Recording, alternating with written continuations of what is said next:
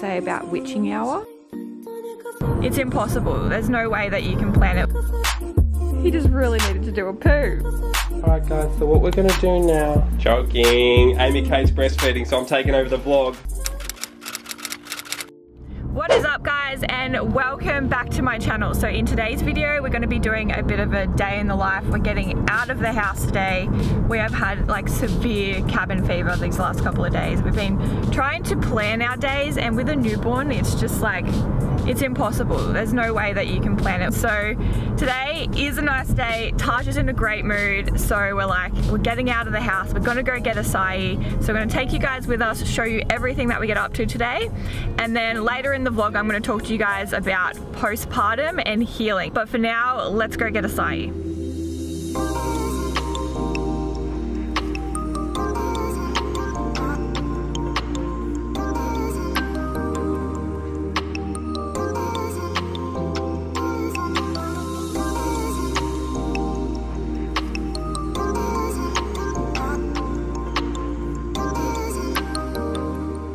Little man decided he was hungry when we were hungry.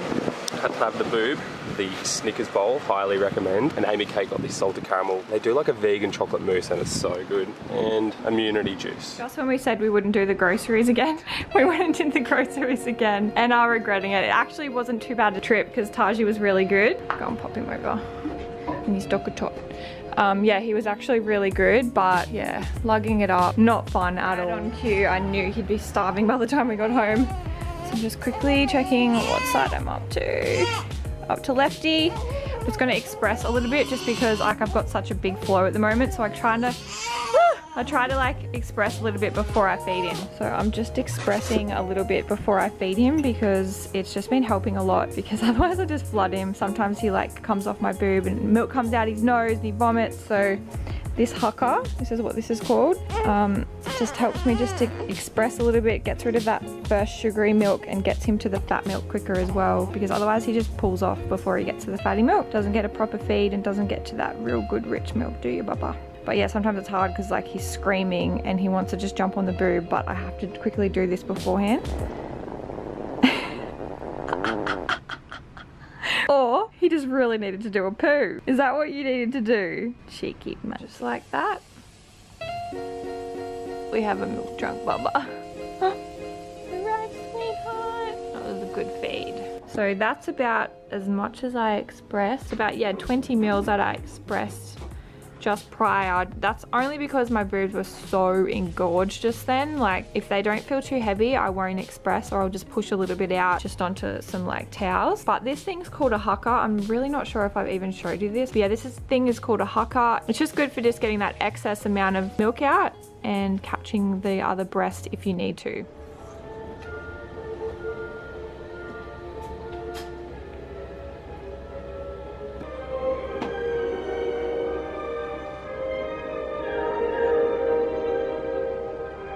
Totally get it now when people say about witching hour. He's obviously an angel right now, but oh my god, he just absolutely cracked it before. Poor Bubba. So we fed him, burped him, nursed him, and now he's back down again. Definitely takes its toll on you in the afternoons, because that's when you're like the most tired and that's when you want to chill, and then you have to like get this energy from nowhere, and it's not always fun in the afternoons. But now that he's down, it's pretty much like out for the count, hey? Like as soon as they're down, you kind of want to get a lot of stuff done. So JD's in the kitchen now and he's just making up like a bulk juice. So we've been having like veggie juices every single morning. Like I said in my last vlog, I didn't have it in my last one about what I eat in a day, but we've both been having our morning tonics in the morning, and they're mainly consisting of vegetables that we don't actually really eat that often. So things like beetroot, celery, kale, and carrots. All the yucky stuff that you wouldn't want to eat.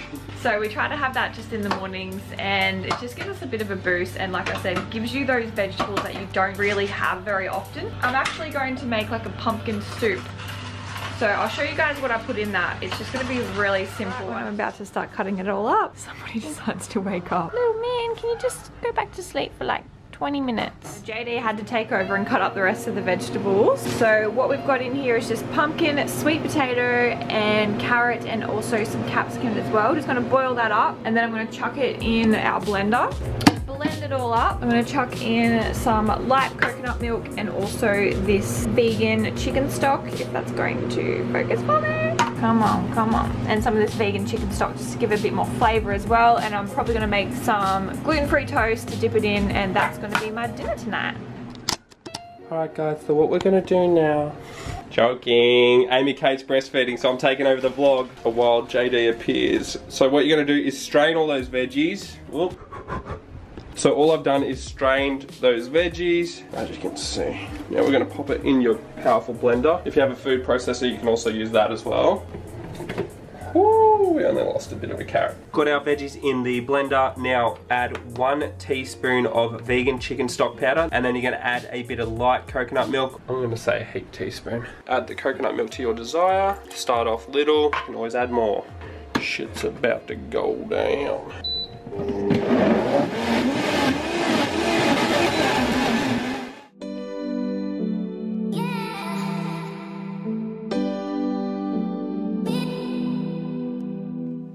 Alright guys, I'm going to take you guys through everything that I did to heal myself postpartum. I'm actually filming this a few days later to the vlog that you guys have just seen. So today I'm actually 4 weeks postpartum, and I'm safe to say that I feel pretty much 100% back to my normal self again. So I've still got a little bit of bleeding down there. I had a couple of people ask me on my birth story as well, did I tear? I did tear. I have no idea how many stitches I had. I never asked, but I didn't have to go off to surgery. They just sewed me up right there and there after the birth, but it took them about an hour and a half to sew me up, so I think I teared a little bit. Yeah, everything seems to be going really well. I'm feeling myself again, so this is everything that I did to heal myself postpartum. This is something that I'm really passionate about, because I'm always really passionate about healing yourself and looking after yourself as well, because yes, you've got a newborn baby that you need to look after, but you also really need to look after yourself, because if you get sick with like mastitis or an infection down there, then you are not going to be any good to your baby. So postpartum healing is super important, and it's very neglected, I think, as well. And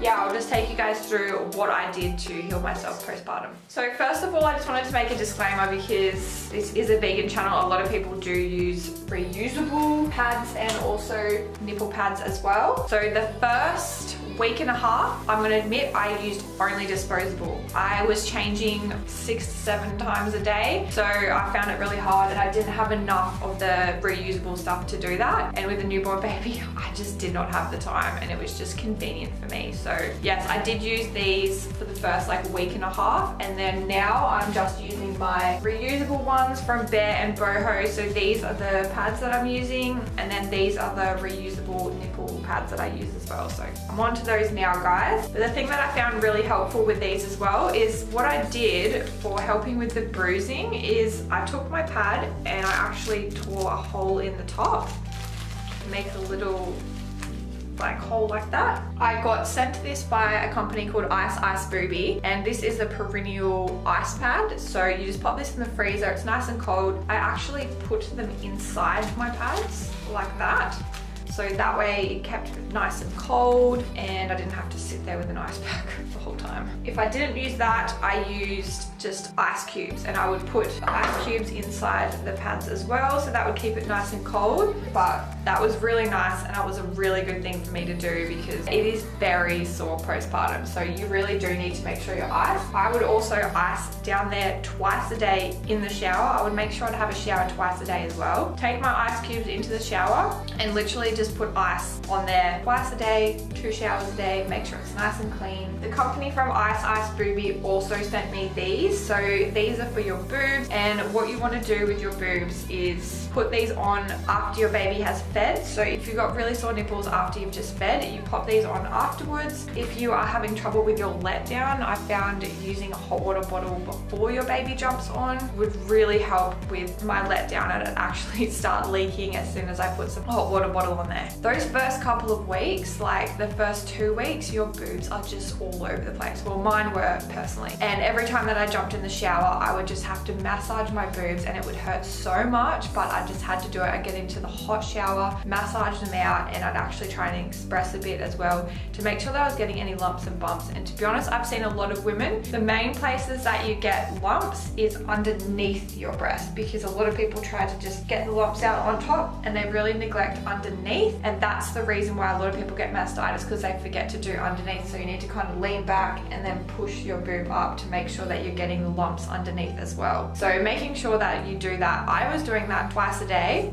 For nipple cream, I have got this one by Frankly Eco. I use this after every feed pretty much, or when I just remember. If I don't use that, I'll use a little bit of coconut oil as well, because antibacterial, and it's just really soothing. And I love coconut oil. I use it for everything. Like, this is something that I just made up myself. I'm really happy that I did this. So I bought these 2 spray bottles, and I've just got some water in this one with this oil, which is called trauma oil. I got this off iHerb, so it's a mixture of calendula and arnica oil. And what I would do is I was spraying that post shower, so twice a day I was spraying that. And then I was also using this, it's just water and coconut oil as well, and I was using that like twice a day paired with this oil as well. And I still kind of use it now just because it's just really good for an antibacterial and also just helping heal as well. So I thought that was a really good idea, and I really feel like that helped with my healing process. So like I said, you really need to make sure that you guys are taking the time out to look after yourself postpartum. Don't just put it off or just go, oh, it's just alright, I'll do it later. You guys really need to be strict on it. It's kind of like a nighttime routine and it's a daytime routine. You need to do it consistently, because if you want to heal yourself quickly, you need to make sure that you're taking the time to do this. I hope that this helped you guys, and you guys can take some tips away with you. I'm going to wrap up the video now, so if you like this video, remember to give it a big thumbs up. It really supports my channel. Subscribe, hit the notification bell, and I'll see you guys in my next one.